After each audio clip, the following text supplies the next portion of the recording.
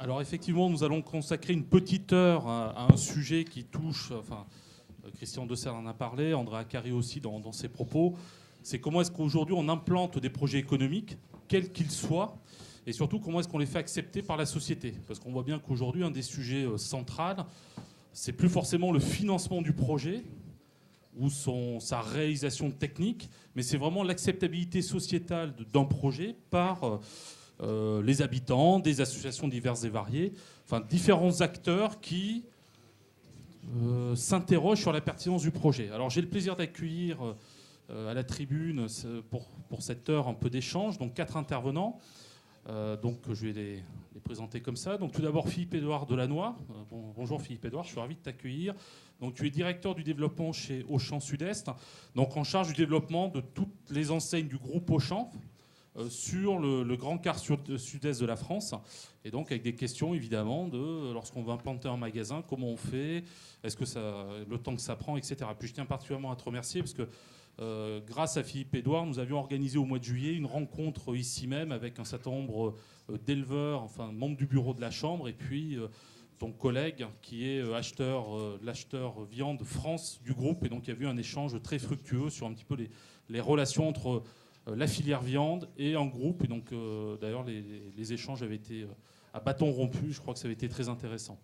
J'ai aussi le plaisir d'accueillir donc Pierre-Henri Piquet, donc, qui est dirigeant du cabinet Performa Environnement. Donc Pierre-Henri, alors, tu es connu ici parce que tu interviens, tu accompagnes un certain nombre de projets alors, au niveau national et aussi en Saône-et-Loire, plutôt sur le secteur agricole ou agroalimentaire, donc au cœur des préoccupations des agriculteurs qui sont dans la salle. Et donc nous pourrons échanger effectivement sur notamment ta vision sur les 5 ou 10 dernières années, comment est-ce que des projets agricoles, bien aujourd'hui on arrive à les faire accepter, est-ce que c'est de plus en plus compliqué, voilà, quels sont les freins qu'on rencontre. Autre personne que j'accueille, donc Michael Picard, on se connaît aussi de longue date. Donc Michael est en charge de toutes les questions de responsabilité sociétale de l'entreprise au sein de la SNCF. C'est le monsieur RSE de la SNCF qui nous fait le plaisir de venir et qui m'a dit lors du café, il me dit mais c'est bien, le train était à l'heure. Alors moi ça m'a surpris que quelqu'un de la SNCF soit surpris que le train soit à l'heure, mais comme quoi, voilà, et qui effectivement, enfin tu pourras aussi témoigner avec nous de... Il y a eu quelques derniers grands projets d'infrastructure portés par la SNCF. Et aujourd'hui, quels ont été les freins et comment est-ce qu'aujourd'hui, voilà, la SNCF essaye peut-être aussi de se réancrer sur les territoires pour travailler avec les acteurs locaux. Et puis enfin, j'ai le plaisir d'accueillir Jean Mauchon, qui est dirigeant du cabinet Label ID, qui est un cabinet de conseil, notamment en innovation, innovation de rupture ou même questionnement des organisations. Et donc Jean, tu es là parce que tu accompagnes un certain nombre de groupes industriels sur les questions aussi d'acceptabilité de leurs projets. Tu nous parleras notamment d'un groupe qui exploite des carrières. Et donc comment est-ce qu'on fait accepter une carrière à ciel ouvert par des populations? Alors non seulement la carrière, mais aussi les camions, enfin voilà, tout le fonctionnement du projet économique. Alors je vais peut-être commencer avec Pierre-Henri. Est-ce que tu pourrais, en quelques minutes, nous donner ta vision de l'évolution sur les sujets agricoles, des projets de bâtiments notamment, ou d'infrastructures agricoles? Est-ce qu'aujourd'hui, c'est de plus en plus difficile de porter un projet agricole? Et quels sont les freins que tu identifies qui n'existaient peut-être pas il y a quelques années? Alors, tu parleras, je pense, aussi du cadre réglementaire qui a évolué, mais en ce qui concerne la société, comment elle évolue vis-à-vis de ces projets? Merci David. Monsieur le Préfet, Monsieur le Président. Bonjour à tous. Donc, effectivement, donc Performa Environnement, un petit bureau d'études. On est spécialisé dans les procédures réglementaires. Donc, on accompagne, notamment dans le secteur agricole et agroalimentaire, les demandes d'autorisation, donc qui sont visées principalement par les textes assez florissants sur les installations classées pour la protection de l'environnement. Donc, à ce titre-là, on accompagne pas mal de projets d'éleveurs dans ce domaine d'activité qui est le vôtre. On travaille depuis, j'ai créé Performa Environnement en septembre 1999, donc on a 18 ans de recul sur cette activité. C'est vrai que notre métier il a profondément évolué entre le début des années 2000 et aujourd'hui. Donc oui, je pense qu'on peut affirmer qu'il y a une évolution sur la manière d'accompagner des projets soumis à autorisation, donc pour arriver à une autorisation réglementaire d'une part, et puis d'autre part, à des projets qui soient stables dans le temps. Parce qu'il y a sans doute deux choses à dissocier là-dedans. Il y a l'aspect de pure conformité réglementaire des projets, et aujourd'hui, comme hier, il faut que les projets, pour qu'ils soient viables, ils soient réglementairement conformes. Mais il y a également leur stabilité dans le temps, notamment face aux contentieux. Je pense que c'est important, parce qu'on est dans une société qui, pas que sur le secteur agricole, dans beaucoup d'autres, se judiciarise, et en tout cas arrive avec des niveaux de contentieux ou de contestation qui sont sans doute plus élevés, pas que dans votre secteur, j'insiste, dans beaucoup d'autres secteurs également.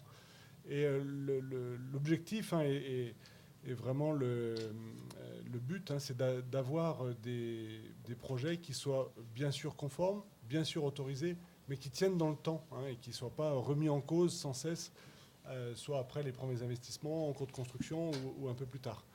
Donc effectivement, là-dessus, je pense qu'il y a un changement qui est assez important de la société. Il y a eu aussi un changement de la réglementation qui, dans votre domaine d'activité, a fortement évolué. Je crois qu'il y a une volonté des pouvoirs publics d'accompagner un certain nombre de changements de taille, de structure, d'équilibre économique à trouver dans ces projets. Et au fil du temps, notamment les seuils des rubriques installations classées qui vous concernent, elles ont évolué et plutôt vers le haut, donc pour permettre d'encadrer plus justement les autorisations. On peut souligner là-dedans, dans ce domaine réglementaire, qu'il y a aussi l'apparition de nouveaux statuts. Auparavant, on connaissait bien les statuts de déclaration et d'autorisation. Il y a un statut intermédiaire d'enregistrement qui est apparu, qui a changé un petit peu la donne sur la manière de développer les structures agricoles. Donc, ça, c'est vraiment sur l'aspect purement réglementaire qui aboutit à l'autorisation. Et puis ensuite, sur l'aspect d'acceptabilité sociétale, je crois qu'il y a eu aussi des changements importants. Les projets agricoles et agroalimentaires sont des projets qui ont été de plus en plus contestés, de plus en plus difficilement acceptés par la population pour différentes raisons qui ne tiennent pas que à votre secteur d'activité. Je crois que l'évolution de la société, l'importance des zones d'agglomération, la diminution des populations rurales a également joué dans ce secteur-là. Mais de ce qui nous concerne, nous, notre expérience que l'on a, on intervient effectivement dans pratiquement toute la France pour ces secteurs, pour ces activités d'élevage. On avait au début des années 2000 une activité qui était centrée sur la constitution d'un dossier de demande d'autorisation. Et puis une fois que le dossier était réputé complet, conforme et recevable, on allait au bout de la procédure de manière assez simple. Aujourd'hui, on a un métier qui s'est franchement transformé et on a fait à peu près la moitié du chemin lorsque le dossier est conforme aux règles du Code de l'environnement, et l'autre moitié débute dans le suivi de l'instruction, le déroulement des enquêtes publiques et administratives, et puis derrière la stabilité de l'arrêté. Donc ça, c'est une vraie transformation de notre métier. Alors justement, Jean, moi je voulais, par rapport aux propos de Pierre-Henri, je voulais te faire réagir parce que quand on a échangé ensemble sur ta participation à cette table ronde, il y a deux phrases que j'ai notées. Tu m'as dit, les arguments honnêtes ne suffisent pas ou ne suffisent plus. Et tu m'as dit, on légitime une implantation, on ne la justifie pas. Alors pourquoi, de ton point de vue ? Pourquoi on a...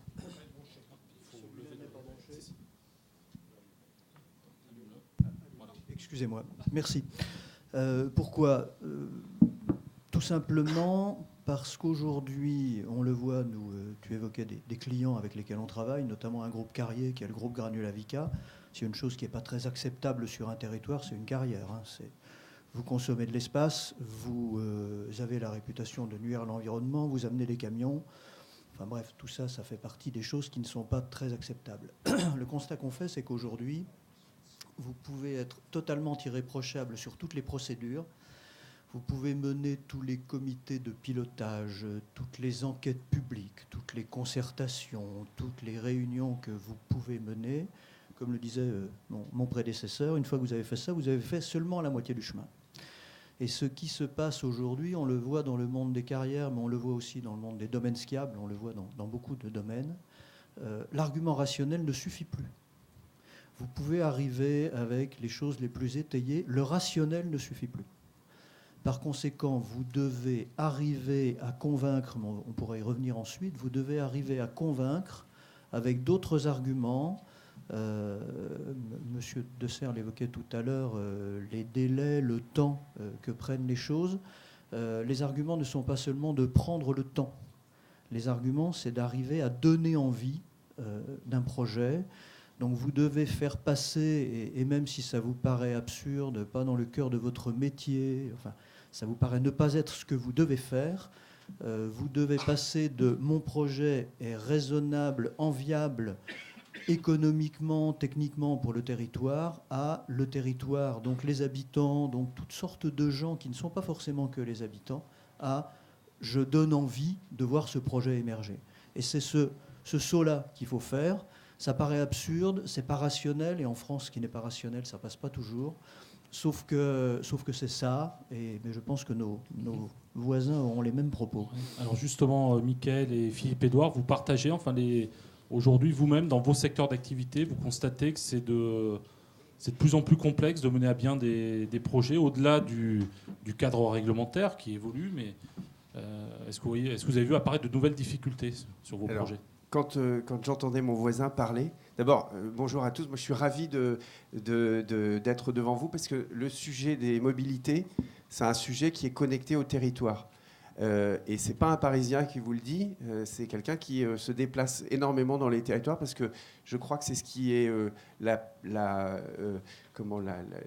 l'élément très important des années actuelles et des années à venir. C'est justement que chaque territoire a un écosystème et une vie assez indépendante, interconnectée avec les autres territoires, qui sont tous à taille différente. Et pour une entreprise comme la SNCF, qui est une entreprise de techniciens, donc avec un côté rationnel extrêmement fort, parler des sujets de société, des sujets sociétaux, ce n'est pas forcément le cœur de métier. Donc c'est pour ça que je notais vos propos, parce que effectivement, on a pendant des années, nous, construit des lignes, des permis, des arrêts à certains endroits, etc. Et finalement, la réflexion sur l'irrigation dans le territoire, les impacts sur le territoire, étaient des réflexions qui étaient plutôt, j'allais dire, d'abord très centralisées et assez aseptisées. Aujourd'hui, la tendance, elle est effectivement de se dire que même si on respecte la réglementation, la législation, et ça on le fait, il y a derrière tout ça effectivement des aspects humains extrêmement forts. Et c'est toute la partie que je suis en charge de mener pour le groupe SNCF, sachant qu'en plus, dans un monde qui évolue énormément, l'infrastructure des ferroviaires appartient aujourd'hui à une entreprise du groupe public ferroviaire qui s'appelle SNCF Réseau. Et je comprends aussi que les interlocuteurs locaux ont souvent du mal à s'adresser à cette grande maison. On a eu l'occasion d'échanger sur des projets qui sont des projets extrêmement structurants sur les territoires. Et en fait, il n'y a pas de petits projets. Mais la plupart du temps, vu d'une grande maison comme la SNCF, 220 000 personnes, 15 000 km de voies, enfin quelque chose d'absolument énorme. Quand on parle un projet avec rénovation de traverses qui vont être utilisées pour, je sais pas, utilisées dans le cadre d'un projet local, ça paraît complètement anodin. Et donc c'est pour ça que la connexion avec le territoire, elle est extrêmement intéressante et surtout à l'écoute des parties prenantes, mais pas juste pour coller à la loi, mais vraiment pour donner du sens au projet. Parce que plus les projets ont du sens aujourd'hui, et plus ils sont portés, et donc ils sont dans la continuité de la vie du territoire. Oui, donc ça veut dire qu'aujourd'hui, c'est plus un débat de techniciens à la SNCF pour dire on trace un sillon pour dire on va de tel endroit à tel endroit, il faut y aller en 1 heure, en 2 heures. Mais il y a derrière comment on ancre le projet. C'est-à-dire que vous êtes obligé d'évoluer parce qu'il y a une pression sociétale. Si les techniciens m'entendaient, ils ne seraient pas forcément heureux. Mais en tout cas, ils sont partie prenante. C'est un élément de collaboration. Mais effectivement, on a une réflexion sur l'environnement. Quels sont les impacts sur l'environnement, la biodiversité, qu'est-ce qu'on déplace comme espèce, qu'est-ce qu'on peut effectivement repeupler, ou comment est-ce qu'on peut revégétaliser un espace, par exemple, qui était par avant abandonné, parce que ça arrive.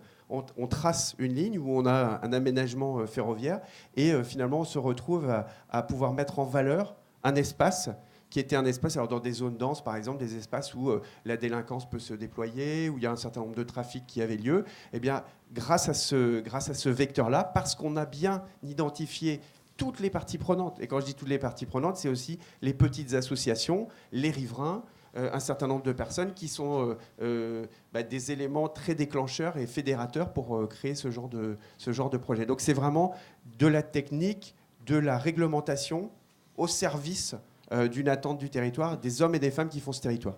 D'accord.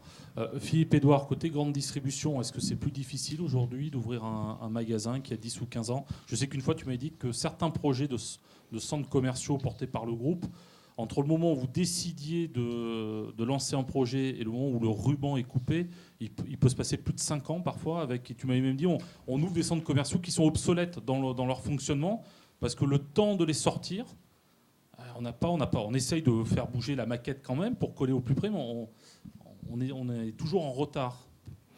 Alors, ce que je vais vous dire est basé sur 4 expériences.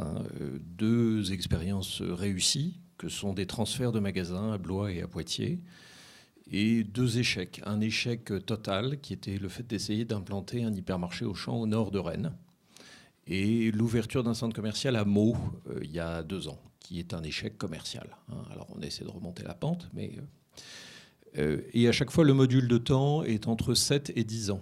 Ce qui veut dire qu'entre le moment où on dessine le master plan et inutile de vous dire qu'entre 7 et 10 ans, il y a beaucoup de choses qui changent dans les manières de faire du consommateur.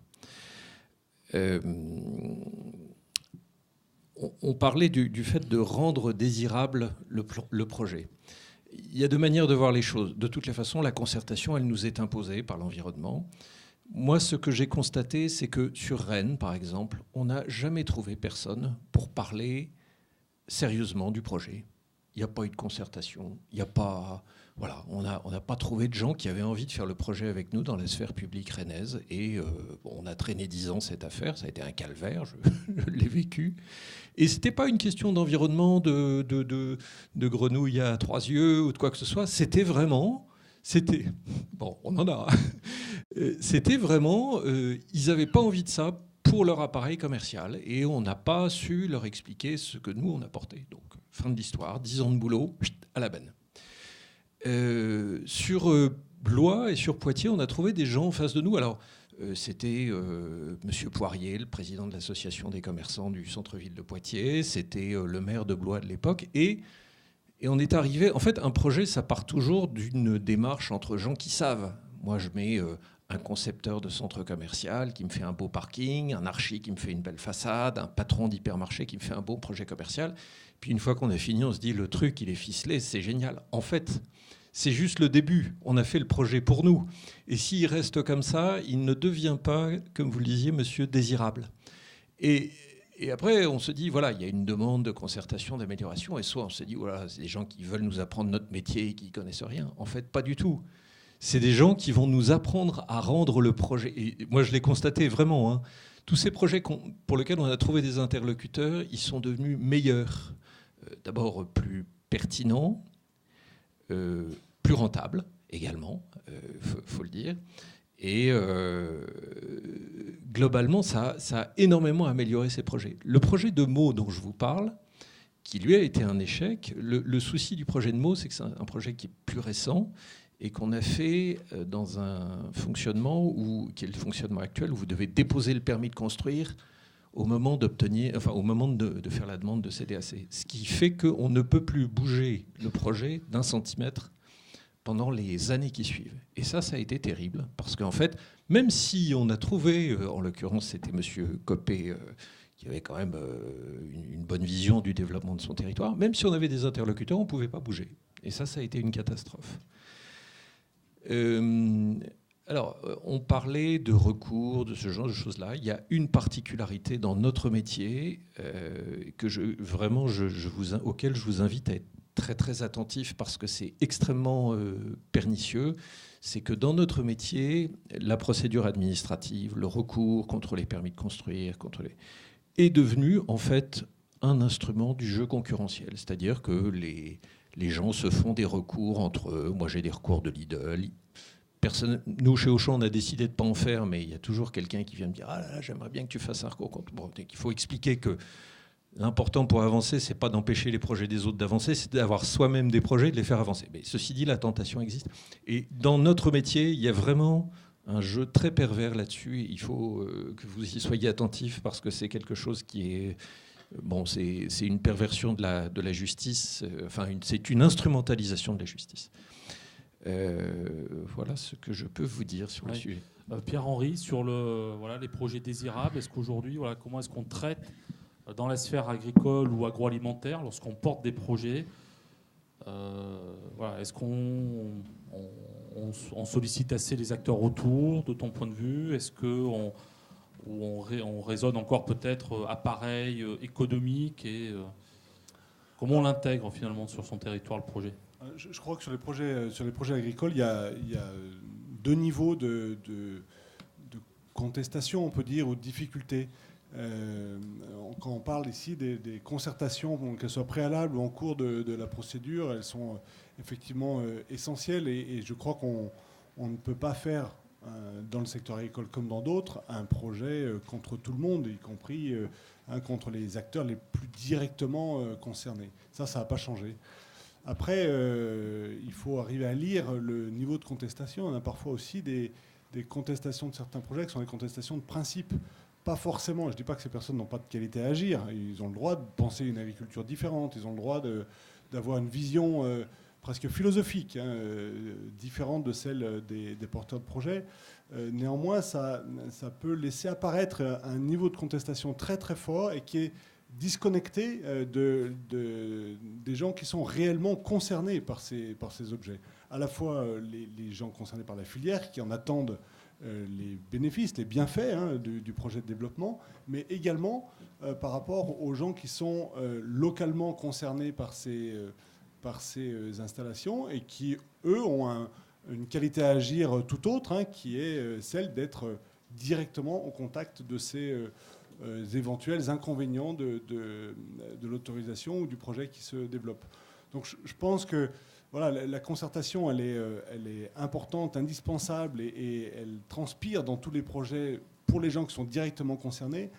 Après, sur une sphère qui est nettement plus philosophique, je ne veux pas dire politique, mais qui dépasse très largement les enjeux techniques, voire réglementaires, là, c'est différent. Parce qu'on peut avoir une vision qui, malgré le débat, malgré l'explication, arrive sur des points de vue simplement difficilement conciliables, parce qu'ils mettent en œuvre deux visions différentes de la société, sans dire que l'une doit s'imposer à l'autre, mais en tout cas deux visions qui sont difficiles à concilier autour de ces projets.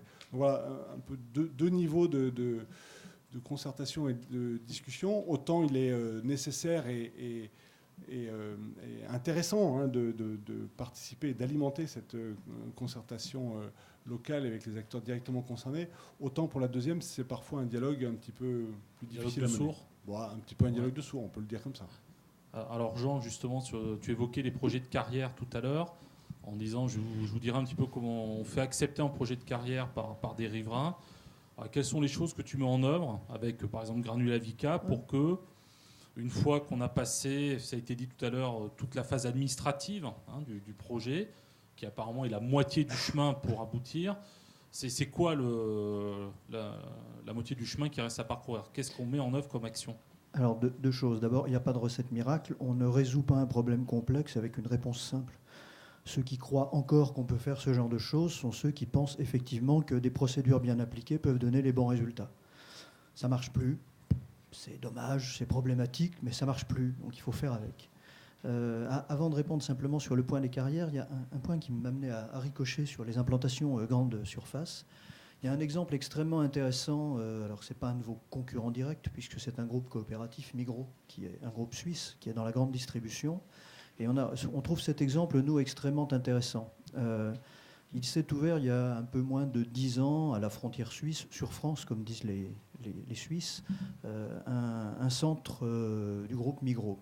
Ce centre était présenté, organisation française, directive française, procédure française, comme étant un équipement commercial de grande taille, donc un hypermarché. Donc il a passé sans succès les commissions nationales, départementales, nationales, etc. Et à un moment donné, en fait, ce centre est passé pour 2 raisons. D'abord parce que ça n'était pas du tout un centre commercial tel que les textes le décrivaient. C'était essentiellement un équipement de loisirs. Donc ce sont des gens qui arrivaient avec une idée complètement neuve, ou très neuve. Je ne dis pas complètement, parce que je n'ai pas la vue extensive sur tout ce que vous faites, mais c'est une idée extrêmement neuve sur ce que pouvait être un équipement commercial. En fait, l'essentiel, c'est du loisir, un centre nautique, mur d'escalade, enfin, etc. Donc ils sont arrivés avec une idée forte. L'idée forte les permettait de se mettre en rupture par rapport à l'image globale que tout le monde avait. Ils sont arrivés avec un deuxième point, c'est que très vite, et sans jouer de concertation trop compliquée ni quoi que ce soit, ils sont devenus utiles au territoire. Simplement, pour vous donner un exemple, les pompiers de la zone là-bas viennent s'entraîner tous les matins entre 6h et 7h30 au centre nautique, qui est ouvert pour eux, tout simplement parce que la piscine du coin a fini par fermer, puisqu'elle n'avait plus beaucoup de visiteurs, plus beaucoup de clients, et ça ne tournait pas. En fait, ils ont fait ce qu'on appelle, nous, le pas de côté. Alors, je viens au sujet des carrières, simplement pour situer les choses. Ça n'est pas parce qu'on est confronté à un environnement administratif et technique qui est planté, je suis un peu cru, mais c'est ça, c'est complètement en carafe, et notamment les débats publics, ça devient problématique. C'est pas parce qu'on est confronté à ça qu'il ne faut pas agir et qu'il ne faut pas bouger. Alors je vous prends simplement, toujours sur ce cas, donc là en l'occurrence des carrières VICA. Je vous rappelle, une carrière, c'est un trou dans une montagne ou un trou dans le sol, et c'est la mauvaise réputation par excellence. Le groupe VICA fait, comme un certain nombre de groupes carriers, de très gros efforts sur les modes d'exploitation, le respect de l'environnement, la remise en état nature, travailler avec les associations écolos, enfin, etc. Sauf que ça ne suffit pas. Alors ils font 3 choses. La première chose, c'est qu'ils donnent à voir. La plupart de ces installations dites classées, puisqu'on en parlait, sont des installations qu'on ne voit pas. Ou alors on devine des choses de l'extérieur. Dans le monde des carrières, on vous dit on met un merlon, vous savez, un mur de terre autour, et puis on ne sait pas ce qui se passe derrière. Ils donnent à voir. Alors un exemple pour donner à voir, c'est ce qu'a fait ce groupe VICA au nord de Villefranche-sur-Saône. Ils ont une grosse carrière qui est embranchée fleuve sur la Saône. C'est une des seules carrières françaises qui n'utilisent pas un seul camion. Ils évacuent entre 500 et 700 000 tonnes par an de gravier par bateau en direction de Lyon notamment ou d'autres zones. Ils ont donné à voir en amenant, y compris des techniciens de l'agglo, pour qui cette carrière n'existait pratiquement pas, à visiter la carrière en bateau et en le faisant avec les salariés. Ils ont simplement utilisé leurs salariés pour donner à voir ce qui se passait sur cette carrière et montrer qu'on le faisait bien. Ça a tellement bien marché qu'aujourd'hui, c'est l'office de tourisme de l'agglo de Villefranche qui sert de relais pour faire des visites sur une carrière. Donc, c'est un exemple d'initiative venue des salariés de la boîte. Il ne faut pas non plus se dire que tout vient de grands penseurs qui sortent des choses. Ça vient de la base. Le deuxième exemple qui est intéressant aussi, c'est ce qui s'est fait dans le Nord-Isère, donc à 30 km à l'est de l'agglomération lyonnaise. Là, c'est une carrière d'un autre type, c'était une carrière en eau qui a été remise en partie en état agricole. Ils ont travaillé avec un groupement d'agriculteurs et puis ensuite, 2 ans plus tard, avec un brasseur. Ils ont fait une remise en état agricole avec des qualités de production agricole dont les études disent qu'elles sont au moins équivalentes, voire meilleures que celles du sol avant exploitation. Et là-dessus, ils ont une idée géniale, mais qui est liée là aussi notamment aux agriculteurs du coin. Ils se sont mis à produire les céréales nécessaires pour faire une bière. Et aujourd'hui, on produit de manière complètement invraisemblable une bière VICA sur ce territoire. Ça fait marrer tout le monde, sauf que aujourd'hui, ce site est devenu un site qui est utile aux brasseurs, aux agriculteurs, aux habitants et qui sert à tout le monde. Je vous prends un dernier exemple qui lui est plus élaboré, on va dire plus sophistiqué. Donc le deuxième, on donnait à faire. Et le troisième, on donne tout simplement à innover, à réfléchir et à le faire ensemble. Et là, ça rejoint tout ce que disaient nos prédécesseurs. C'est un projet complètement étonnant qui, lui, est au nord de Lyon, cette fois, à côté de la petite ville de Pérouges. C'est un projet qui a un nom étonnant, ça s'appelle l'éco-philopole. Donc vous avez des gens qui réfléchissent, des gens qui font de l'économie et puis des gens qui expérimentent. Et en fait, sur ce site, mais je ne serai pas plus long que ça, vous avez, à l'initiative du Carrier, mais très effacé, et c'est la mairie, entre autres, qui a pris le relais, vous avez un groupe qui se réunit de manière très régulière avec des agriculteurs qui sont sur le site concerné, les écolos, parce que les associations écolos sont très présentes dans le coin, l'office de tourisme et le département en matière touristique, les industriels du coin, le monde culturel, et tout ce petit monde réfléchit non pas à comment est-ce qu'on fait pour que la carrière nous gêne le moins possible, c'est à quoi peut nous servir la carrière pour qu'on puisse y faire d'autres choses. Et c'est très étonnant, puisque depuis 2 ans, vous avez un festival qui tient des spectacles sur une carrière en activité, à la demande du festival. C'est très étonnant parce que vous avez aujourd'hui des agriculteurs qui sont en train d'explorer en recherche de nouvelles voies de production en céréales dans le périmètre de la carrière, mais à leur demande et en travaillant avec les écolos, etc. Donc il faut donner à voir, il faut donner à faire, il faut que les gens puissent faire et être associés, mais pas de manière mythique avec les associations qui brassent du vent. Non, on fait des choses. Et puis il faut donner également, si on peut, à réfléchir, parce qu'on n'a pas sur un territoire affaire qu'à des gens idiots.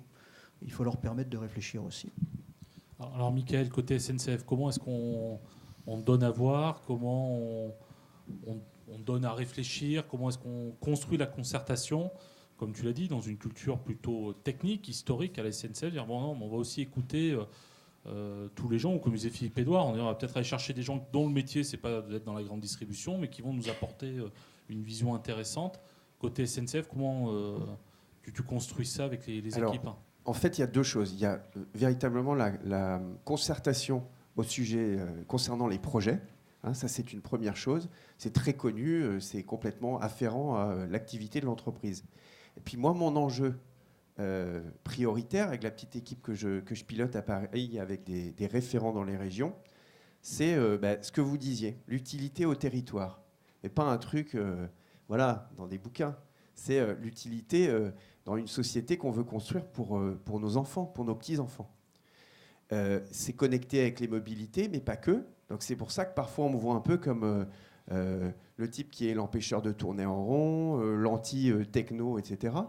Quand je dis utilité au territoire, qui sait aujourd'hui que l'entreprise sensibilise 250 000 jeunes, du primaire jusqu'au lycée, sur les risques ferroviaires naturellement, mais aussi la citoyenneté. Donc c'est le coup de pouce à l'éducation nationale. Ça, c'est des choses qu'il faut faire savoir. Ce sont des choses qui sont plébiscitées dans les établissements scolaires et qui ne sont pas forcément connectées avec le cœur de métier de l'entreprise. Aujourd'hui, où, comme partout, les sujets d'efficacité, de rentabilité, etc., de rationalisation des coûts, ce genre de sujet transverse est extrêmement interrogé. Donc, il y a une vraie réflexion à avoir sur aussi ce que l'on souhaite porter en termes d'engagement de société et de citoyenneté dans les territoires. Le deuxième élément assez structurant, c'est par exemple ce que l'on appelle dans notre jargon les chantiers d'insertion. Vous voyez parfois aux abords des voies, je dis des jeunes, mais pas forcément, des jeunes et des moins jeunes, des personnes qu'on côtoie les uns et les autres dans les territoires, qui, pour une raison X ou Y, ça va très vite, un divorce, une maladie, on est très vulnérable aujourd'hui, sans doute beaucoup plus qu'il y a un certain temps. Et eh bien, il y a un certain nombre d'associations avec lesquelles on travaille. Là aussi, il faut savoir voir le bien et le moins bien dans un certain nombre d'acteurs, mais il y a des gens qui tiennent la route. Et on permet à des personnes de retrouver la voie de quelque chose d'un peu structurant pour le retour à l'emploi. Moi, je suis assez fier d'un chiffre. 500 personnes retrouvent un boulot après avoir participé à des chantiers d'insertion, débroussailler, orienter des personnes dans les gares, faire des petites réparations ou des petits entretiens de bâtiments. Et donc, je pense que ça, c'est des choses aussi qu'il faut faire savoir parce que il y a un côté, alors ça, les puristes de la RSE ou de l'environnement, de l'engagement, ne sont pas très à l'aise avec cette notion. Moi, je le suis complètement. Je crois que tous ces sujets-là, ils servent le business de l'entreprise. J'ai pas honte de dire que je suis dans une entreprise qui, à un moment donné aussi, doit se connecter avec un univers de business. La concurrence arrive en France sur les sujets ferroviaires. Ce que je veux, et c'est mon enjeu prioritaire sur les sujets de responsabilité sociétale de l'entreprise, c'est véritablement d'expliquer aux décideurs, mais à nous tous, hein, vous tous, les élus, les pouvoirs dans les collectivités, et puis les citoyens, quelle est la société que l'on veut pour l'avenir. Et effectivement, une entreprise historique sera sans doute forcément plus chère à l'ouverture à la concurrence, mais elle apporte sur les territoires aussi un certain nombre de services, un certain nombre d'éléments structurants dus à son histoire.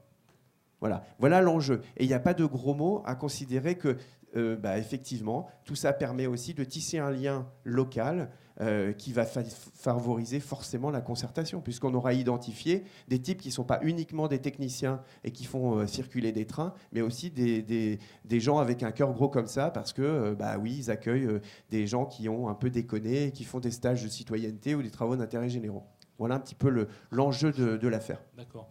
Côté Auchan, il y a des choses spécifiques pour renforcer l'acceptabilité des projets. Tu as décrit tout à l'heure de dire qu'il faut qu'on trouve le bon partenaire, le bon relais sur le territoire, qu'on écoute un peu ce qui se passe aussi, parce que des fois, en n'écoutant pas le territoire, on plante tout seul comme des grands nos projets.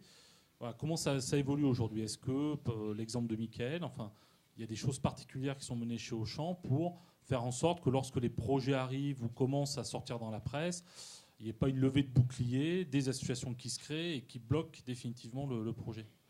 Alors, l'un des projets dont je vous ai parlé s'est passé à Poitiers, qui est donc la ville d'élection de Jean-Pierre Raffarin, qui a été Premier ministre et qui n'avait pas un amour extraordinaire pour le métier de la grande distribution, puisqu'il a légiféré sur le sujet.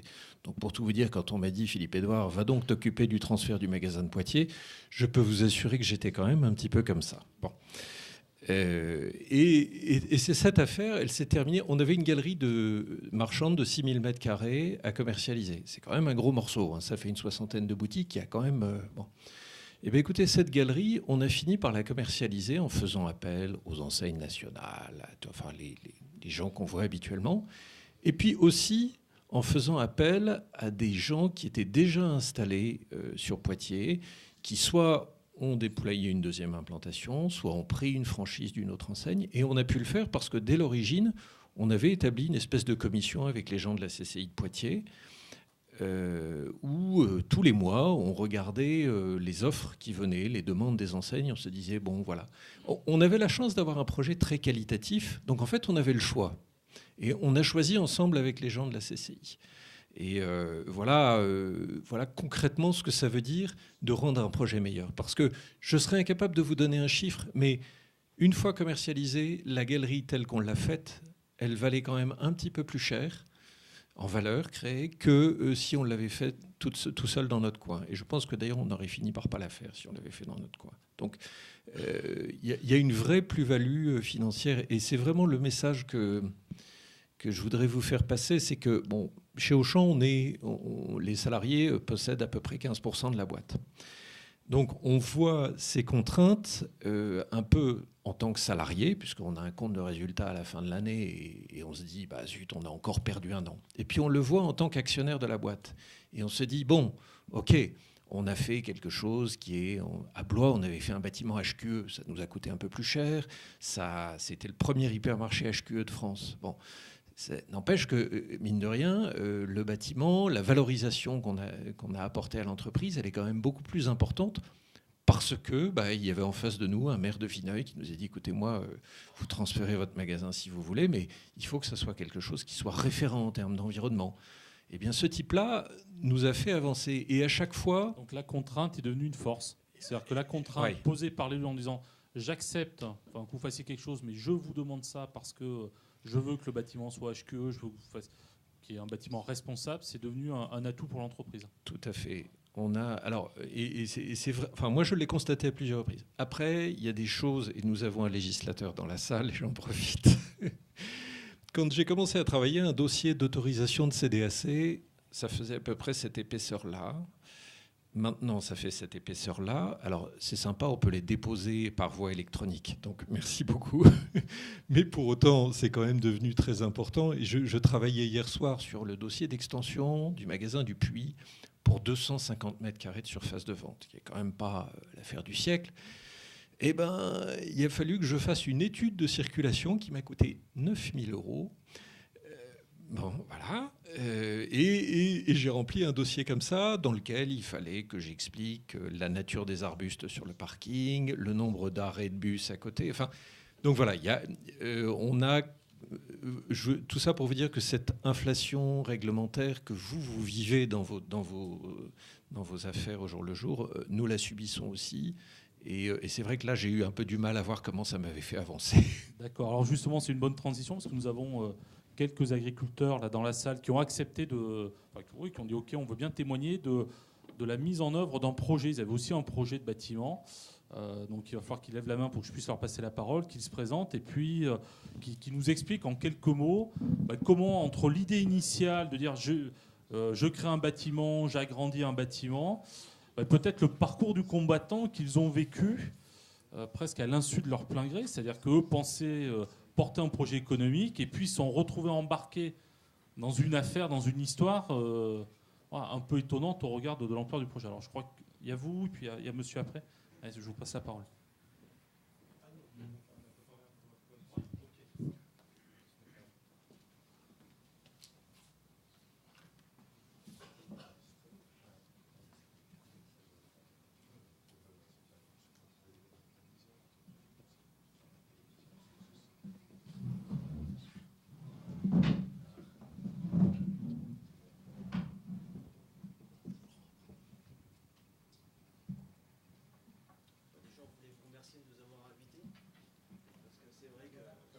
Allez là-bas, allez. Hop, vous tenez, attends. Tiens, Philippe-Édouard, passe-moi.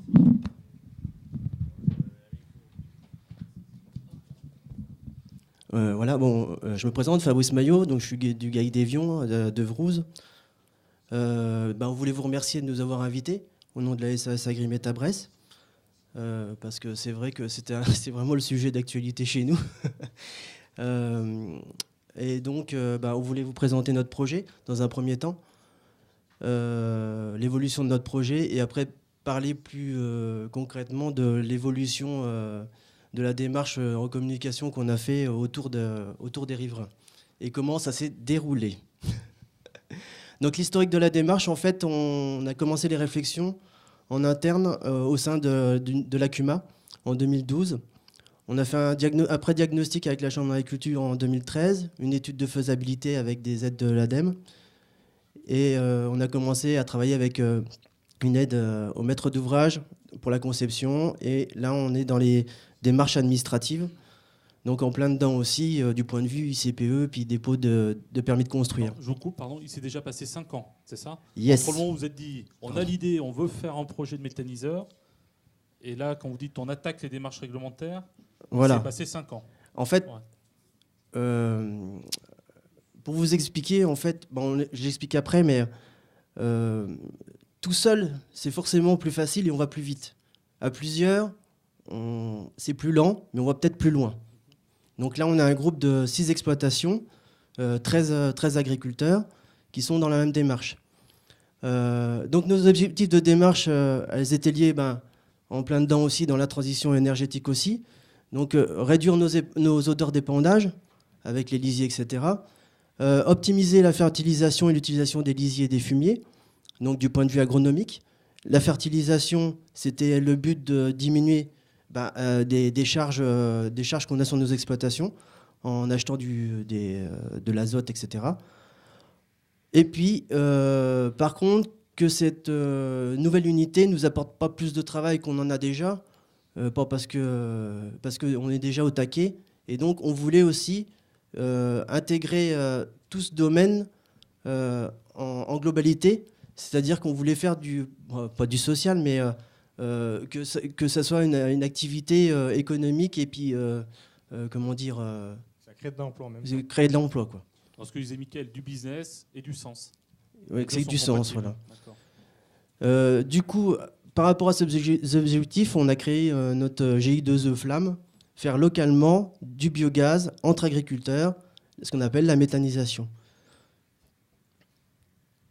Donc le principe, le principe général, c'est entrer des lisiers, fumiers, fientes, des cultures intermédiaires, les pailles, les déchets d'industrie agroalimentaire, des déchets verts, dans l'unité de méthanisation. On est plusieurs exploitations, il y a en typologie, il y a des vaches allaitantes, il y a du porcin, des vaches laitières, et puis des fientes de volaille aussi. Et donc des intrants agricoles qu'on a voulu sécuriser, c'est-à-dire que sur notre gisement, on a 80% de notre gisement qui sont vraiment agricoles, quoi. Le reste étant des matières qu'on apportera et qui permettront d'avoir un gisement cohérent par rapport à l'exploitation. Donc après, du coup, une fois que c'est passé dans l'unité de méthanisation, on a regardé avec deux hypothèses. Pour la méthanisation, en fait, vous pouvez faire soit du gaz, soit faire tourner un moteur, créer de l'électricité et aussi récupérer de la chaleur. Mais le problème de cette chaleur, c'est que notre système autour de chez nous ne nous permet pas en fait de valoriser cette chaleur. Donc du coup, on s'est tourné vers le gaz. Et donc les épandages du digesta se font à la fois de façon liquide et puis solide. Donc des apports de fertilisants dans le sol qui seront apportés à des dates plus cohérentes qu'à l'heure actuelle et qui seront mieux mis en valeur agronomiquement. Bon, là, c'est rapidement, c'est le rappel des sources, donc en matière brute, donc fumier, lisier, résidus de culture, et puis on a fait un comparatif par rapport à l'énergie produite. Donc c'est vrai qu'on arrive quand même à sécuriser notre gisement, mais le problème c'est que notre gisement, il est énergétique, pour produire du gaz, en fait, il n'est pas assez cohérent encore. Donc c'est pour ça qu'on apporte des issues de céréales. Donc on travaille aussi avec la COP Bourgogne du Sud pour récupérer des déchets de céréales qui apporteront une valeur plus énergétique et créer plus de méthane. Donc notre statut, donc c'est un statut d'enregistrement. Là aussi, on l'a choisi. On l'a pas choisi, mais on était limite enregistrement et puis autorisation. Donc ça a été partagé. Le problème, c'est qu'on avait si on entrait la totalité de nos lisiers et nos fumiers, on passait en autorisation et on n'était pas prêt pour faire un dossier d'autorisation. Donc on a préféré rester en enregistrement pour le moment, puis après évoluer en termes sur l'unité de méthanisation et faire un dossier d'autorisation plus tard, en prévoyant à l'avance déjà l'évolution de l'unité de méthanisation. Voilà. Donc en ce qui concerne l'implantation du site, ici sont représentées les 6 exploitations. Il manque la mienne parce que le plan n'était pas assez grand. Je ne sais pas si on voit bien le site c'est en vert, juste là en dessous du rond. Voilà. En vert et mon exploitation est juste en dessous. Donc, non, c'est que la photo n'était pas assez grande. Ça rentrait pas. Et le principe de l'implantation d'unités de méthanisation, c'était vis-à-vis du plan d'épandage qu'on avait pour épandre toutes les matières et vis-à-vis des exploitations aussi pour que ça soit assez localisé, pour qu'on n'ait pas trop de kilomètres à faire pour l'impact carbone, pour apporter les matières à l'unité. Et on a tenu compte aussi de l'apport riverain. Ça doit être le diapo d'après. Voilà, donc on a tenu compte de l'apport riverain. La réglementation aujourd'hui imposait 50 mètres d'une unité de méthanisation. Nous, on a choisi un site où on se fixait 200 mètres dans notre tête. On ne voulait pas imposer un site de méthanisation à moins de 200 mètres d'une maison. Donc de là, on est parti sur différents points. Et ce point-là qu'on a choisi nous permet de voir que les habitations les plus proches, on y voit peut-être mal, sont à 390 mètres. du site de méthanisation. Donc de là, étant donné qu'on respectait la réglementation, comme l'a dit monsieur Mochon, après, c'est élevé un groupe d'opposants. Donc dans ces groupes d'opposants, des gens qui ne sont pas opposés à la méthanisation, mais qui n'en veulent pas devant chez eux. Selon le bon vieux principe, pas dans mon jardin. Je veux le téléphone mobile, mais pas l'antenne devant chez moi. Je veux la gare TGV, mais je veux pas que la ligne passe devant chez moi. Je veux aller faire mes courses, mais je veux pas que le magasin, d'accord. C'est exactement ça. C'est la même chose, d'accord. En plus, notre unité, en fait, fallait qu'elle se place à côté d'une route, parce que le réseau... Et d'une conduite de gaz aussi. D'une conduite de gaz, c'était le principe. Et les conduites de gaz, chez nous, vu qu'on est dans la partie Bresse, assez diversifiées, les conduites de gaz suivent uniquement les départementales. Donc il fallait qu'on reste aux abords d'un grand axe. Donc de là, avec ces riverains, on a eu émergence qui s'opposait un peu au projet, on a voulu faire de l'information. Donc on a convoqué tous les riverains dans un périmètre d'1 kilomètre. Convoqué ou invité? Oui, on a invité, excusez-moi. On a invité les riverains dans un périmètre d'1 kilomètre autour du site, pensant bien faire dans notre idée, voulant informer les gens, la population. Et en fait, on s'est rendu compte que là, on a peut-être rassemblé un peu plus de monde contre le projet. En voulant bien faire, en fait, on a fait. Voilà. Et après, donc, première réunion d'information. Donc après, de cette réunion d'information, on a voulu créer un groupe de concertation. Donc justement, avec ces opposants, pour que le projet, pour qu'on puisse, voir leurs idées à eux pour notre projet, et nos idées à nous, et essayer de combiner un peu tout ce qu'on pouvait faire ensemble. Et en fait, on s'est vite aperçu qu'on était face à un mur, que en fait, toutes les idées qu'on pouvait apporter n'étaient pas valables à leurs yeux. Donc, ce qui en est ressorti, voilà la première invitation qu'on a fait. Ce qui en est sorti, c'est qu'il y a eu des pro-projets et des contre. Donc après, il y a les personnes qui étaient contre. Il y a la peur des nuisances, donc de l'odeur, étant donné qu'on va concentrer toute une unité à un même endroit. Ils avaient peur du bruit et de l'intégration paysagère. Ensuite, il y a eu des opposants au projet. Donc, ce que je vous ai dit tout à l'heure, c'est bien ce que vous faites, mais pas chez nous. On n'en veut pas. On préfère y avoir à 50 mètres de chez quelqu'un d'autre qu'à 200 mètres de chez nous. Donc voilà. Donc là, on a mis en place le groupe de concertation, mais c'est là qu'on s'est heurté au mur. Donc en fait, le groupe de concertation est très vite coupé court, en fait. Et dans les riverains qui étaient au début opposés au projet, on réussit, en allant les voir individuellement, on a réussi à les ramener dans le projet. Donc maintenant, au jour d'aujourd'hui, on n'est plus qu'à 3 personnes qui sont contre le projet. Donc on a quand même bien diminué la charge d'opposants, mais ils sont toujours là. Mais on va essayer de faire ce qu'il faut pour aller au bout. Ce qu'il fallait surtout qu'on fasse après la réunion d'information, c'était ce qu'on a appelé de la concertation, mais je ne sais pas si c'était vraiment de la concertation. C'était surtout essayer de rassurer le plus possible le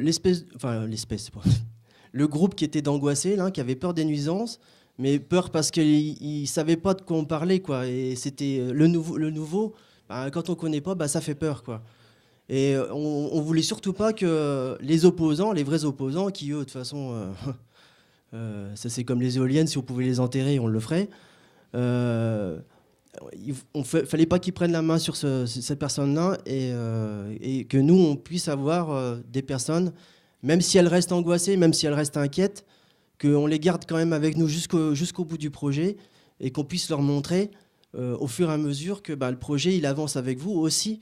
Si vous avez des remarques, on prend en compte, on essaye de voir comment on peut faire. Dans ce cadre-là, la diapo suivante, s'il vous plaît. On a fait au mois de février, donc on a fait notre première réunion. On a fait de l'information avec le logo, la création de la plaquette. On a fait notre réunion d'information qui a débouché sur un groupe de concertation. À l'intérieur, il y a eu un groupe de concertation. Et ce groupe de concertation a dit c'est bien votre truc, ce que vous faites, mais moi, je ne sais pas ce que c'est qu'une unité de méthanisation. Et puis là, on s'est dit il faudrait peut-être qu'on fasse une visite. On va vous faire visiter une unité de méthanisation. Donc on s'est arrangé avec le maire de Simard pour avoir un bus. Et puis du coup, samedi matin, on a été visiter une unité de méthanisation. Et ces personnes-là qui disaient « Oh, mais les odeurs, j'en veux pas », on a quand même fait toute la réunion d'information juste à côté du Digesta solide, qui était à côté d'eux. Et puis ils ont pas plus senti que ça. Et on a fait un QCM du coup avec cette visite. On a fait un QCM qui était beaucoup plus rassurant pour nous parce que en fait on voyait que globalement ils étaient rassurés, mais qu'il y avait encore des points qu'il fallait régler sur les différentes nuisances. Donc voilà. Et aussi une chose, c'est que quand on a démarré la concertation, bien faire attention aux organismes qu'on s'entoure pour organiser la concertation. Là, en l'occurrence, on avait pris la Chambre d'agriculture, donc Daniel Guilbault, mais en fait, on s'est aperçu qu'elle n'avait pas les compétences pour... Ça, c'était pas prévu. Ouais. Non, mais c'est pas pour dénigrer la Chambre d'agriculture, je dis ça. Non, mais Daniel est coach, elle est coach. Voilà, elle était démunie. La première réunion, je pense qu'elle était démunie. Elle nous l'a dit, de toute façon, qu'elle était... Elle n'est pas dans un... En fait, c'est limite un médiateur qu'il faut pour faire ça. Et c'est un vrai métier d'être médiateur. Et elle s'est rendue compte qu'en fait, pour elle, elle croyait avoir les compétences. Et elle s'est rendue compte qu'en fait, le groupe de concertation était vraiment fort en face. Et même nous, on s'est vite laissé écraser, quoi, au début. Oui, qu'il y avait des oppositions qui étaient très fortes. Et du coup, d'accord. Ok. J'ai rien contre la Chambre d'agriculture. Hein. On travaille toujours avec eux. On travaille avec Laurent Lefebvre sur les plans d'épandage, avec plein de personnes. Mais on peut retravailler avec Daniel aussi. Hein. On peut retravailler avec Daniel aussi. Hein. J'ai rien contre Daniel. C'est juste qu'elle-même s'est rendue compte qu'elle nous a dit stop parce qu'elle voyait qu'elle n'avait pas la compétence. C'est trop. Voilà. C'est pas ce que je sais faire et la nature de l'opposition ne correspond pas à ce que je sais.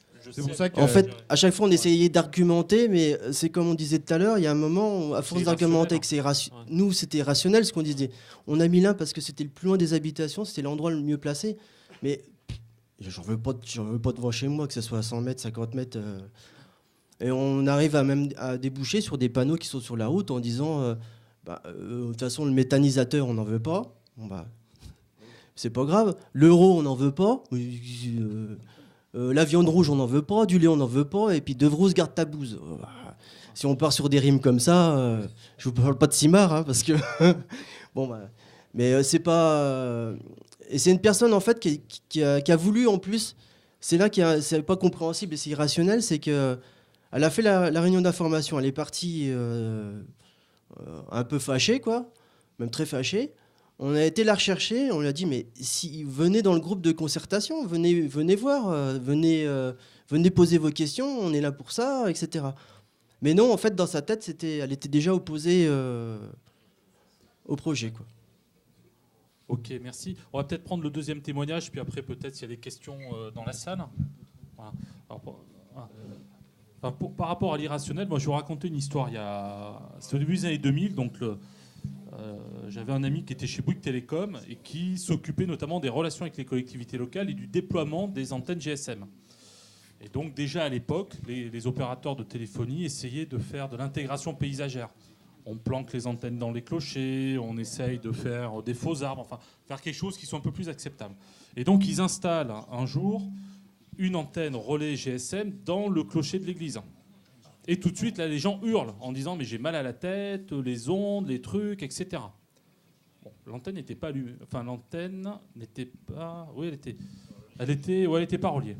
Mais les gens ont dit « on a mal à la tête, vous voyez bien, là, toutes vos ondes, c'est en train de nuire. » Bon, ok. Alors lui, il a dit « pas de problème, on va éteindre l'antenne. » Donc ils ont fait une réunion, ils ont dit « voilà, on éteint l'antenne. » Dans les faits, ils l'ont allumé. Et les gens ont dit « ah, mais ça va beaucoup mieux, j'ai plus mal à la tête. » Voilà. Et il me dit, voilà, donc mais on est dans l'irrationnel, c'est ce que vous décriviez. On est complètement dans l'irrationnel avec des réflexions ou des attitudes qui sont un peu paradoxales. Alors, autre exemple.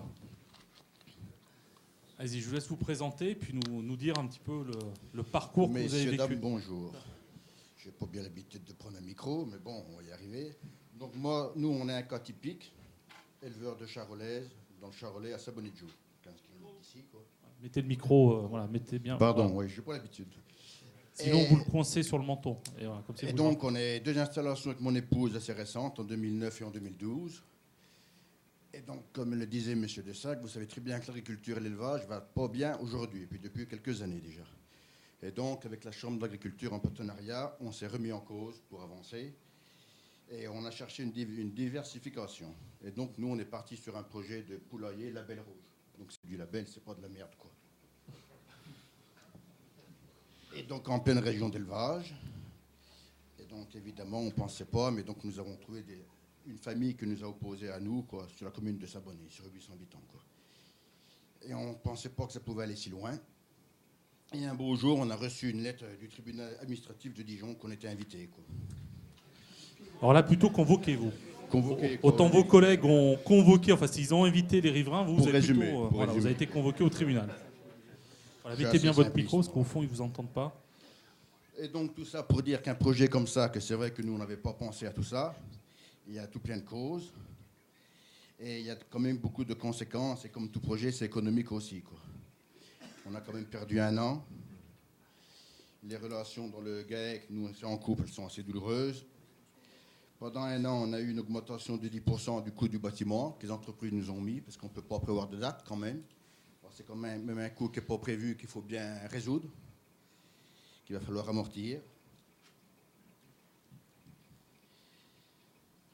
Après, c'est vrai que j'ai pas trop préparé un discours. Moi. Donc au niveau du tribunal, donc vous êtes. Au Qu'est-ce niveau qui s'est du passé tribunal, alors, on a vous eu êtes- gain de cause. Vous avez eu gain de cause, Cette d'accord. requête a été rejetée. Je peux remercier la mairie de Saint-Bonnet qui nous a très bien soutenus.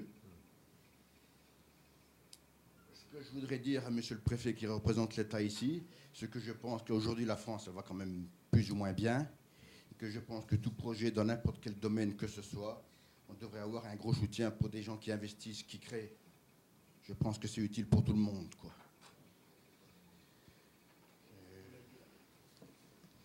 Autrement, c'est vrai que nous, on a travaillé avec la Chambre d'agriculture, j'en suis bien content. On n'a pas fait n'importe quoi, on a monté un plan des bâtiments, on a fait l'implantation avec le technicien de la Chambre qui s'est très bien travaillé.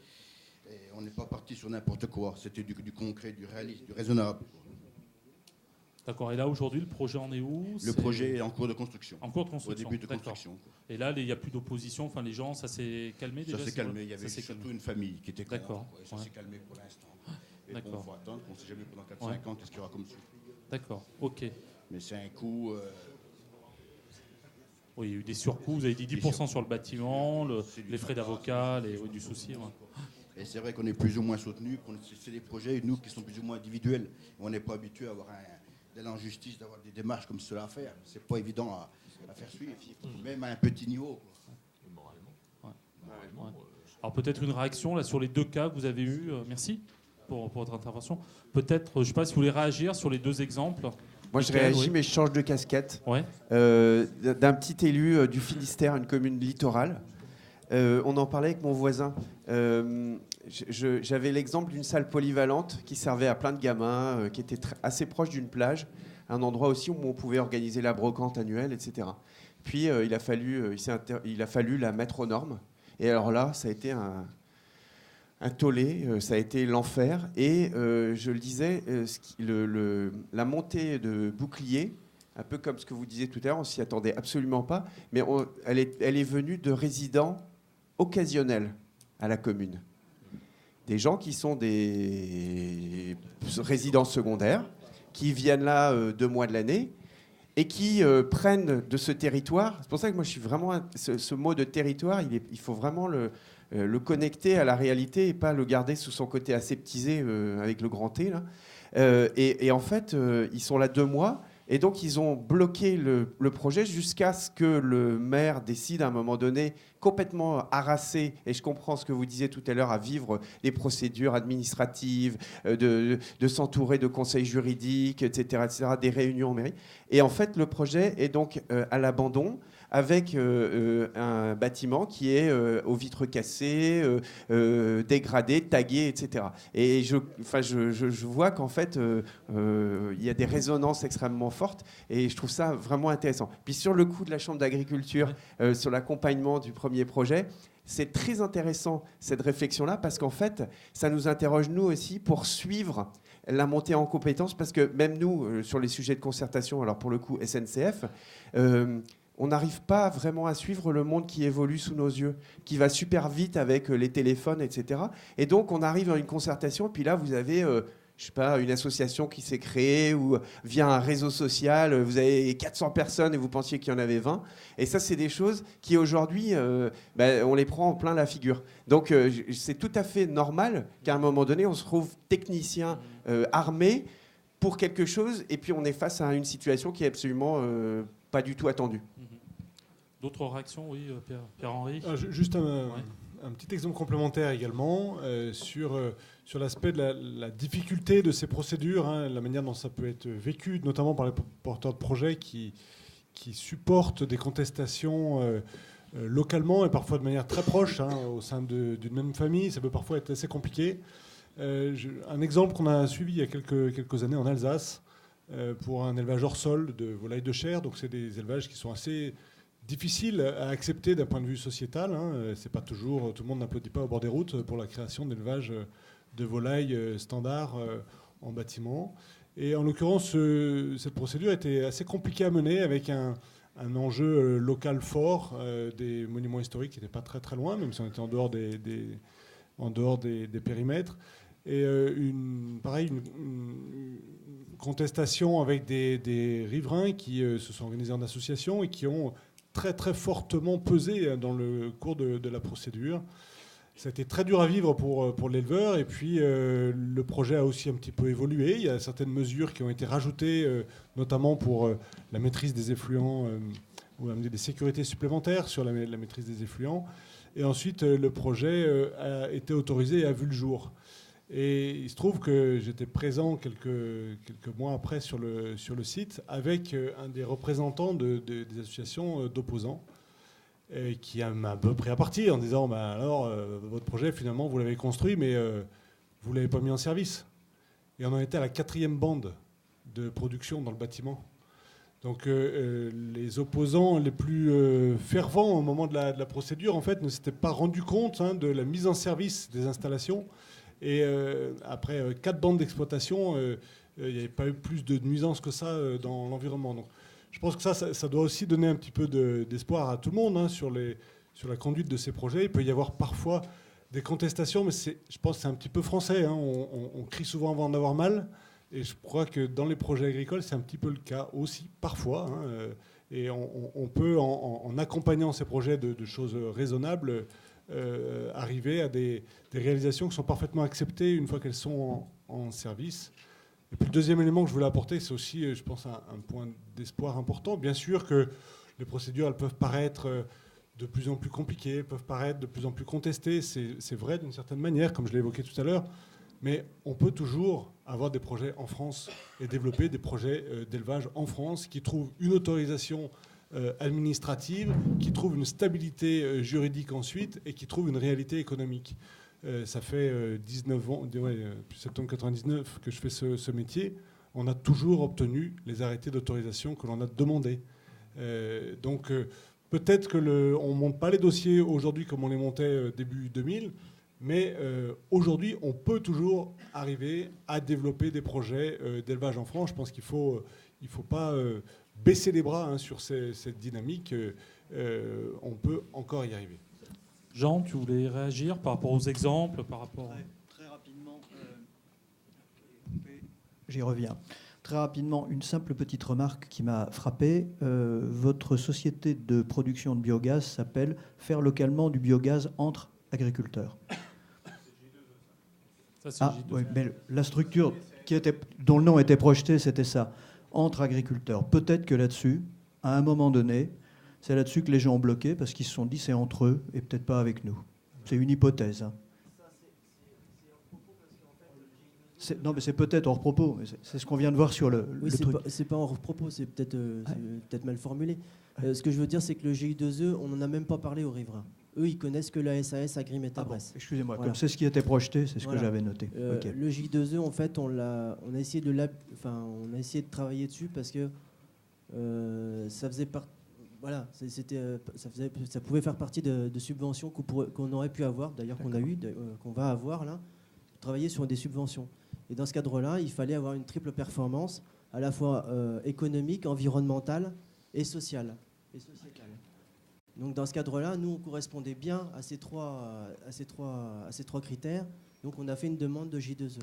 Mais ça reste entre agriculteurs pour le moment. Enfin, on n'en a pas parlé forcément lors des réunions d'information. Ok. Voilà. C'était simplement ce que j'avais noté sur le support.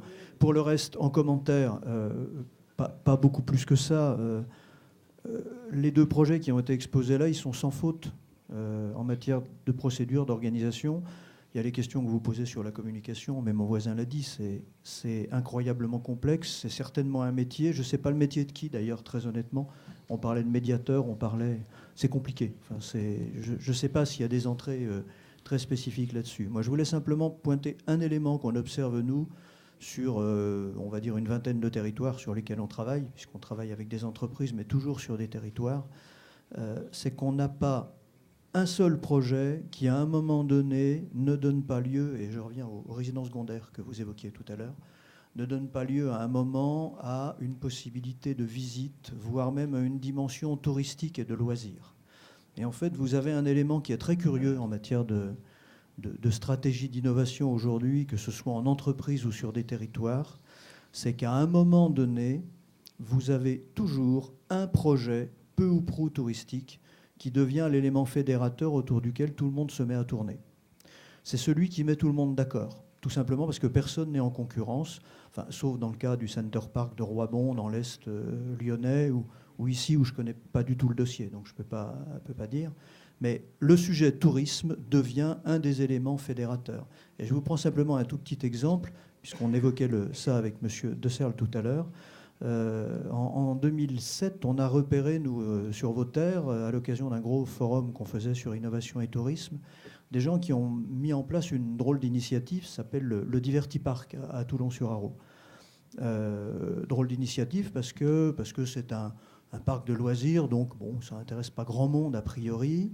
Il était parti sur, d'une part, des labyrinthes, d'autre part, élever des vaches de variétés extrêmement différentes. Aujourd'hui, ce parc de loisirs est un moteur sur son territoire, petit, mais c'est un moteur, en matière d'attractivité de visiteurs, mais aussi en matière d'achats locaux, il travaille avec pas mal de gens, mais aussi en matière d'hébergement. Et en fait, c'est quelqu'un qui est en train de construire autour de lui, mais avec d'autres, des projets communs. Et la réflexion que je me faisais simplement, c'est de me dire que le monde agricole, qui en Saône-et-Loire a été assez pointu en matière de développement d'agrotourisme notamment, vous devriez peut-être reprendre un peu le manche sur ce sujet agrotourisme au sens large. Il y a peut-être un coup à jouer là-dessus. D'accord, ok. Philippe Édouard, tu voulais réagir. Monsieur le sénateur veut intervenir. Est-ce qu'il y a d'autres demandes de prise de parole qu'on commence à préparer pour... Oui. Alors, Philippe Édouard.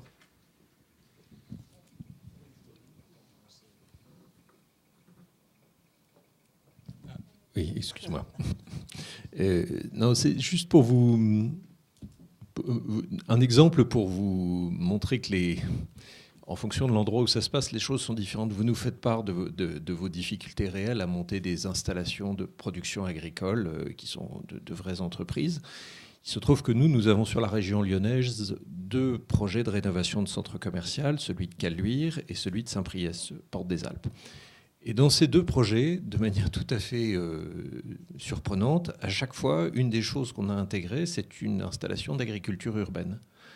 Alors, soit en aquaponie pour ce qui est de Caluire, soit quelque chose d'un peu plus lourd pour ce qui est de Saint-Priest.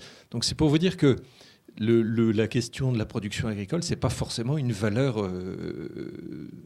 négative ou repoussoire, au contraire, mais dans un autre contexte que celui dans lequel vous vivez. Donc, voilà, il n'y a pas de fatalité. Et bon, il faut, comme vous le disiez, monsieur, continuer à entreprendre. C'est vrai que la France est un pays qui se complexifie, mais ça reste un pays où on a des routes, on a des trains qui arrivent à l'heure, on a des structures étatiques qui fonctionnent, on a une justice qui fonctionne. Vous en témoignez, monsieur, tout à l'heure. Voilà, et peut-être que cette complexité, c'est le prix aussi de cette avancée de la société. En tout cas, c'était une intuition que j'avais là-dessus, que je voulais vous partager. Oui, je préfère intervenir maintenant. J'ai laissé le soin bien sûr à Monsieur le préfet de conclure, et je le salue bien sûr, avec Madame la directrice départementale, remercier Christian de Serres de son invitation. Je ne dois pas représenter tous les parlementaires si j'étais invité, mais je me représente personnellement, simplement pour vous dire qu'il ne faut jamais désespérer, parce que vous avez en face de vous l'ancien maire de Sennecey-le-Grand, où on a tout réuni à un moment donné, puisqu'il y a des carrières. Il y a un site de stockage de gaz souterrain et, monsieur le représentant de la SNCF, j'ai même pu obtenir à une époque un embranchement ferroviaire. Donc il est vrai qu'aujourd'hui, notre société a beaucoup évolué. Quand vous parlez de l'acceptabilité sociétale, j'ai eu des opposants pour les carrières, j'ai eu des opposants pour le stockage de gaz. Il y avait quelques opposants pour Auchan. Auchan nous a posé bien moins de problèmes que le stockage de gaz, puisque c'est un site Céveso. Là, on est dans un autre domaine. Mais je crois que dans cette acceptabilité de la société, vous avez évoqué les législateurs, monsieur le représentant d'Auchan. Les législateurs ont travaillé. Il se trouve qu'à une époque, j'ai présidé la commission de l'économie, du développement durable et que nous avons géré le Grenelle de l'environnement. Et c'est à ce moment-là, parce que ça compte juridiquement, que les schémas de cohérence territoriale se sont mis en place pour des raisons que vous connaissez toutes et tous, les agriculteurs, puisque nous consommions avant 65 000 hectares par an de terres agricoles sur les infrastructures ou sur les implantations, sur l'urbanisation. Et je pense que ces schémas de cohérence territoriale, c'est un amendement que j'ai déposé. Ils sont obligatoires au 31 décembre de cette année. Et derrière, les collectivités locales doivent avoir mis en place, monsieur le préfet, des documents d'urbanisme qui reprennent en compte ces schémas de cohérence territoriale. Je pense que ça va simplifier quand même les procédures, puisque vous allez vous appuyer sur des bases juridiques qui sont bien plus stables que par le passé pour tous les projets. Donc je crois qu'il ne faut pas désespérer. C'est vrai que nous sommes dans... ça a été évoqué. Il se trouve que le projet de CIMAR, je le connais, puisqu'avec votre prédécesseur, monsieur le préfet, nous nous étions rendus à Guerfand au niveau d'une CUMA. Est-ce que vous n'avez pas évoqué, messieurs, c'est parce que ça peut intéresser l'opinion publique, c'est un investissement, je crois, de 5 à 6 millions d'euros. Voilà, donc vous voyez que j'avais bien suivi le dossier. Donc, ce qui veut dire que c'est un engagement quand même sur le préfet des agriculteurs dans un investissement qui est lourd, puisqu'ils ont apporté en garantie, d'après ce que je crois dans ce projet, les capitaux de leur exploitation, c'est-à-dire c'est une volonté de diversifier la production agricole, et je crois qu'on doit pouvoir les encourager. Mais je crois que vos témoignages, je vais vous faire une confidence. J'étais administrateur de la SNCF à Paris pendant 3 ans. Je connais à peu près, si vous voulez qu'on ait un débat sur la SNCF, sur les trains qui arrivent en retard, on prendra une matinée pour ça. Mais moi, c'est bien volontiers que je voulais dire un petit mot. Mais je pense que le fait que nous ayons déterminé en France l'occupation de l'espace va quand même simplifier les procédures. Alors, ce que nous n'avons pas pu régler, c'est l'affaire de... Dans le code de l'urbanisme, nous avons eu un différend avec le ministère sur les zones commerciales. Parce que si nous avions réglé ce différend, il n'y aurait même plus de commission départementale pour les implantations. Donc, je veux dire qu'on n'a pas tout réglé, mais les élus ne sont pas inactifs. Nous sommes souvent décriés, mais nous travaillons assez régulièrement et sérieusement. Merci. Merci, monsieur le sénateur. Samuel, tu souhaitais réagir? Oui, juste peut-être faire un parallèle avec la discussion de ce matin, et notamment sur l'acceptabilité des projets. C'est vrai qu'il y a quelques années, on avait eu les projets un peu de porcherie qui étaient mis en avant. Hier, c'était un peu les projets avicoles. Et c'est vrai que ces jours derniers, la une des journaux, c'est un petit peu la ferme. Voilà, je ne vais pas la nommer, mais on la connaît toutes sur un nombre d'animaux bovins. Enfin, voilà, moi, je n'ai pas d'idée préconçue sur ce dossier, sachant qu'on le sent bien quand même. Ce sont des projets, lorsque on respecte la réglementation, je pense, a besoin d'un soutien fort et unanime des élus et des représentants de l'État. Et c'est vrai que même si ça peut mettre en porte-à-faux, on va dire, l'opposition et l'exploitation en conséquence, je crois que dès qu'on respecte la loi, ce serait normal d'accompagner ces gens-là. Et que derrière, comme l'a fait d'ailleurs la CUMAT de Vrouze, peut-être que d'accompagner localement avec l'opposition les travaux qui peuvent être amenés sur l'acceptabilité. C'est-à-dire que c'est peut-être des aménagements, ça peut être des choses qui sont à la base faisables, Mais derrière, je crois qu'on ne peut pas remettre en cause un projet tout entier sur des idéologies.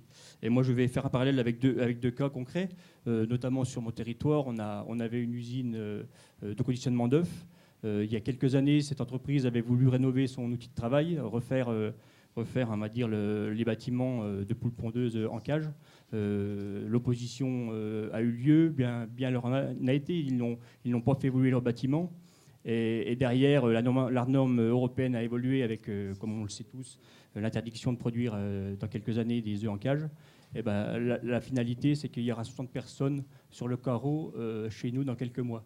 Et peut-être que s'il y a de nombreuses années, cette entreprise avait investi, peut-être qu'aujourd'hui, elle aurait fait un effort de rénover son outil pour que localement, on puisse maintenir de l'emploi. Parce que derrière tous ces sujets, c'est quand même de l'emploi et du travail, quoi. Donc c'est un tissu économique. Et notamment, nous, en Bresse-Louhannaise, c'est vrai qu'on a quand même un tissu d'entreprise agroalimentaire assez fort. Et c'est vrai que dès qu'on commence à déstructurer l'activité locale, on n'en pèse pas assez aujourd'hui les conséquences qu'il peut y avoir demain. Et dernier cas concret, sur une petite commune à côté de chez nous, notamment monsieur le sénateur a évoqué les SCOT, les schémas de cohérence territoriale. C'est vrai que chez nous, le SCOT a été validé, sachant que toutes les communes ne sont pas non plus en conformité avec ce SCOT. Aujourd'hui, on a des exploitations agricoles qui vivent très bien, du moins qui ont une activité économique. Et aujourd'hui, certaines communes, notamment une commune vers chez moi, a décidé notamment les services de l'État, ont validé un permis de construire d'une dizaine de logements, puisque c'est une commune qui est au RNU. Donc, c'est pas la communauté de communes, mais là, les services de l'État qui ont validé ce permis de construire à 50 mètres des bâtiments de cette exploitation agricole. Alors, c'est vrai qu'à la Chambre d'agriculture, quand on travaille sur des bassins d'alimentation de captage, notamment sur la directive nitrate, les normes de nitrate, c'est 50 mg. Mais lorsqu'on met un programme d'action en place, on essaie de tendre à atteindre les 25 mg, c'est-à-dire moitié. Comme ça nous permet, en cas d'à-coup, de pouvoir avoir une marge de manœuvre. Aujourd'hui, lorsqu'on accepte des maisons à 50 mètres des bâtiments agricoles, je crois que c'est dans la norme, mais ce n'est pas non plus acceptable, notamment dans la vis-à-vis de l'acceptabilité des projets. Donc il faut aussi que chacun mette un petit peu d'huile dans les rouages et travaille en concordance pour pouvoir travailler de bonne main, quoi. Et en plus, ces dossiers-là, derrière, sur le volet environnemental, il n'y a rien du tout sur l'assainissement. Enfin, moi, ça me paraît quand même aberrant. Donc voilà, c'était pour faire un peu les parallèles. Je crois qu'il faut beaucoup de soutien sur les projets, et notamment par rapport à l'agriculture. On sait notre profession traverse quand même des moments assez compliqués, et je crois que si les élus et les représentants de l'État ne nous soutiennent pas à ces moments-là, ça devient compliqué par la suite. Ok, merci Samuel. Est-ce qu'il y a des demandes d'autres prises de parole, des questions? Oui, non, je regarde la montre pour pas qu'on dérape trop, mais je ne sais pas s'il y a d'autres. Non. Peut-être un dernier mot de conclusion, peut-être pour les uns et les autres, si vous avez une dernière phrase à ajouter.